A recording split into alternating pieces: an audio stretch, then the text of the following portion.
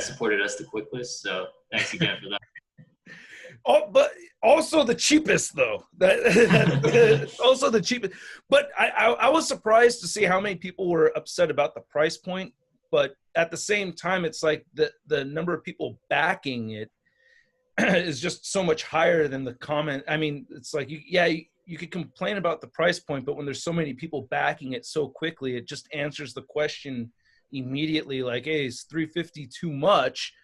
The answer is no. Because you could see it's been backed so quickly. The other thing that, not to just be a Hasbro defender saying this, but I don't think people are considering that that's $350 shipped, right?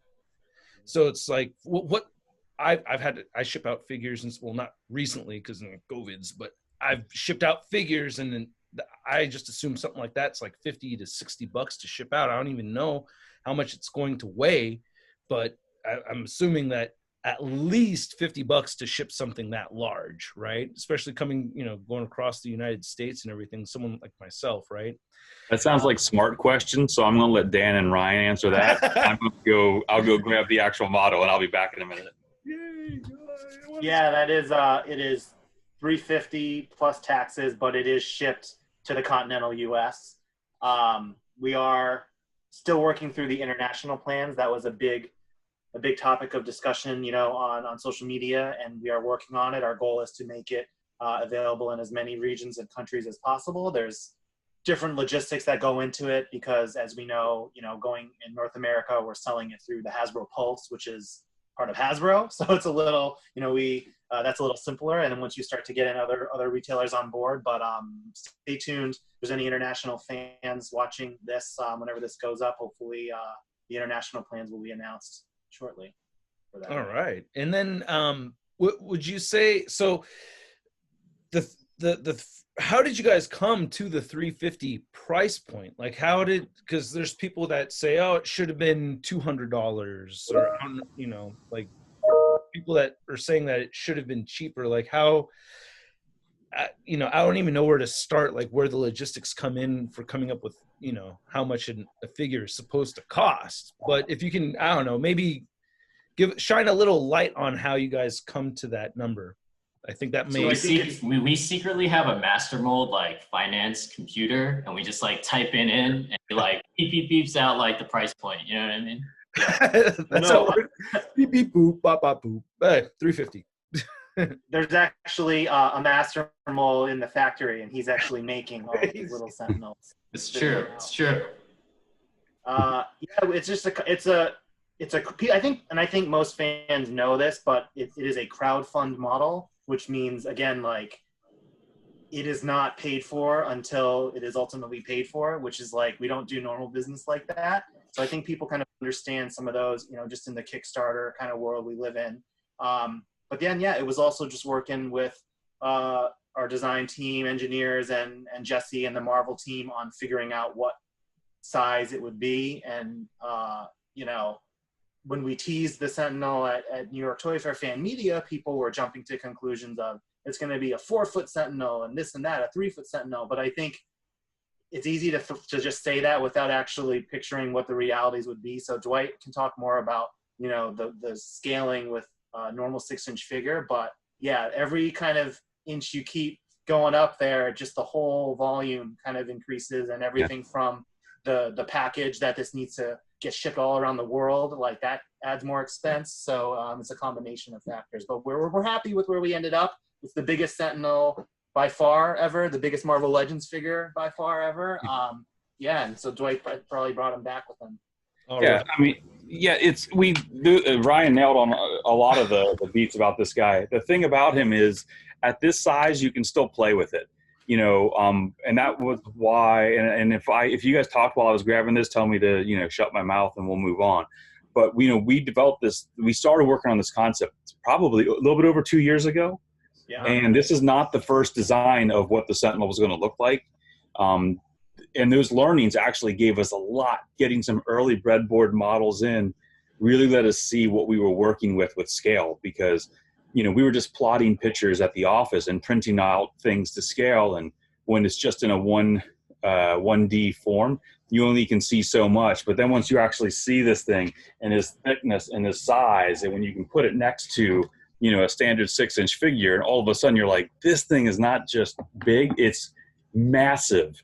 You know, it's huge. It's huge, and it's just like there's so much more you can do with it that you have to find the right size that's still playable. And this is a guy that you can still put on a shelf, which is super important for display. He's not that deep. You know, he's probably around 6 inches ish in maximum depth, so he should still stand on any shelf that you guys would want to have for display. The height is something you guys will all have to figure out for yourselves, but you know, it's something that, you know, it's I don't know, I think it's the really strong good size for him.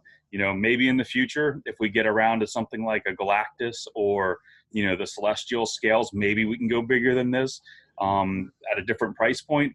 But right now, this thing is, you know, it's really massive. But I think it's the right size, and it's a playable size for you guys to interact with without it being too cumbersome. I would love to see a Giant Man that scale. Giant Man, yeah, that'd be cool. Giant Man would be incredible that scale. Can I ask you to see how far you could bend the wrists back? That's one thing that, yeah, if it's not too brittle for it or anything. No, it'll work. I'll click his arm up a little bit. So the cool thing is it's got this plate that is on a moving hinge, but I mean, it doesn't really move. It's more of a detail. But if you want his hand to go back more, you just turn it to the side, and then you can get it to pop back some. So, you know, if you left it on the plate, it keeps without moving. But if you turn it so that it's, you know, along the plate, then it gets a nice click back. So, okay, let me show you the side. So it's not, you know, it's not epic, but you know, it does get a little bit of movement up and then down.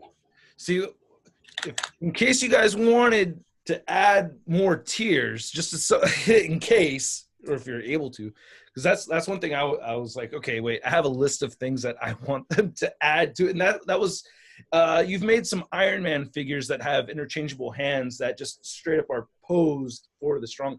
The Sentinel, I was just Googling images of Sentinels earlier, and it was like almost every image has a Sentinel doing, you know, the stiff arm all the way out. So the closest I can get the Sentinel to being able to do that just increases the fun factor for the Sentinel. So gotcha.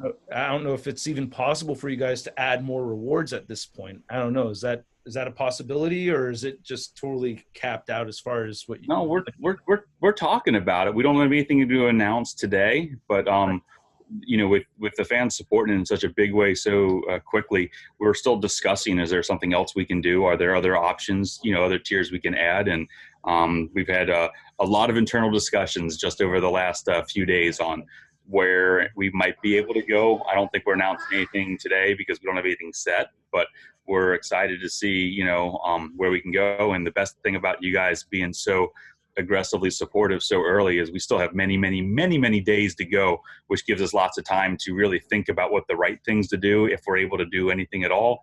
Mm-hmm. And we don't need to rush into it because we're not approaching a deadline. You know, we still got a lot of time to let everybody really think about it and hopefully hop on board. Awesome. Okay, cool. So I'm sure you guys have been talking about possibly adding blast effects or a second tentacle, which I'm really happy to see a bendy wire involved here, right? It looks like it will have for sure a bendy wire in there. Yeah. Awesome. And then Dwight, if you wouldn't mind lifting up that Sentinel again one more time, I just want to take a look at it. It looks so sick. I just wanted to see. Oh God, it looks so sick. And then how does it have any forward and back crunching on the diaphragm?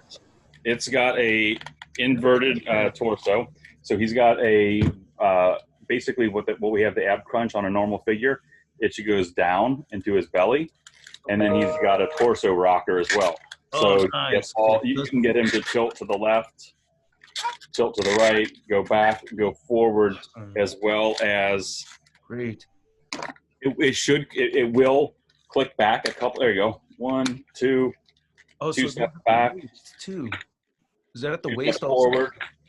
And then you get from that point, you still get a nice back rock. Awesome. Oh, that is great. And then the ankle, and then I turned him on, didn't I? I angered him. Sweet. Does he speak? He's angry. Oh, nice. God, I love those eyes. That is sick. Sick. And then I'm curious about the ankle rockers too. I'm asking for a personal review of the prototype. That's basically how far we're going right here, I guess. But I want to see that ankle pivot. And you got to be a strong man. Yeah. So you don't just need 350. You got to get some muscle, lift that thing up, man. So he's got a plate, and this is one of the pieces we're looking at. Right now it's designed to move back and forth, but I think we need to redesign it so that it can go lift on top of this piece so that it can come forward for his foot. As you can see, it clicks up and down, and it does click left and right. Okay, cool. It just needs to, if this plate could slide up on top of this, which means we might have to redesign this a little bit, then we'll be able to get his foot to step forward, which means he could have his foot behind him with a little bit more of a step forward and have him still stand well. Right. Oh, cool. Oh, and here, no one's seen these yet. He's got some cool pictures. Nice. If you can see the detail there. Does that look pretty good? Yeah. Oh, I'm digging that. Oh, I love seeing detail at the bottom of the feet. That is so cool. Oh man, that is awesome. God, any idea how much it weighs at this point? I mean, it's still just a prototype, so it's kind of hard for you to say. But it weighs about 2 infants' weight. Okay, all right, and probably costs, if you wanted to get like 3 or 4 of them, around the same, right? No. Yeah. Right on. Oh man, that is so sick. Jeez. All right. And then is there anything you could tell us about anything else coming up in the future? I know we're about wrapping up over here. We got 2 minutes left. I always have my viewers asking me about specific characters.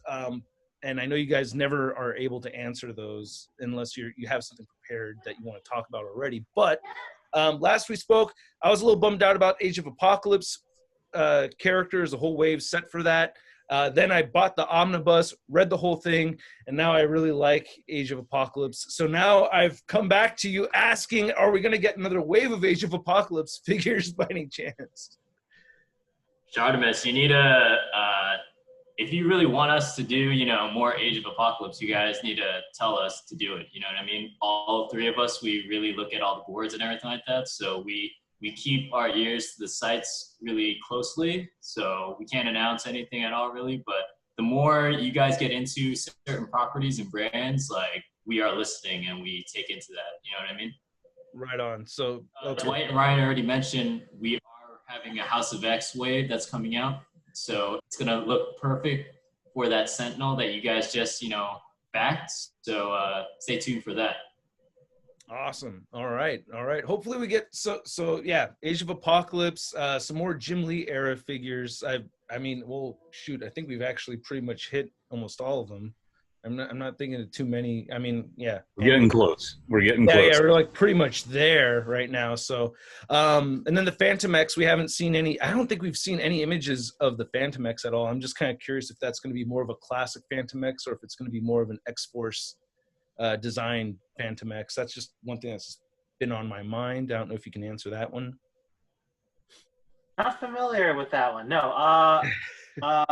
Yeah. Stay tuned shortly. We've, as Dan, dropped in Twitter bombs. July is going to be crazy. We're already through most of it, but there's more to come for X-Men fans this month.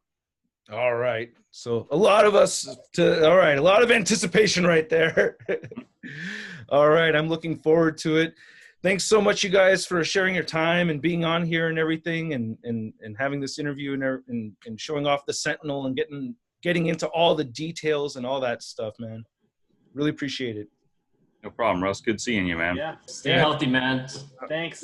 Best wishes to you and your family. All right. We'll see you soon. Thank you so much, you guys. We'll catch you later. See you. Hey, new ShartimusPrime videos. Hey, you should click one. Yeah, click on one of them. Or subscribe if you haven't.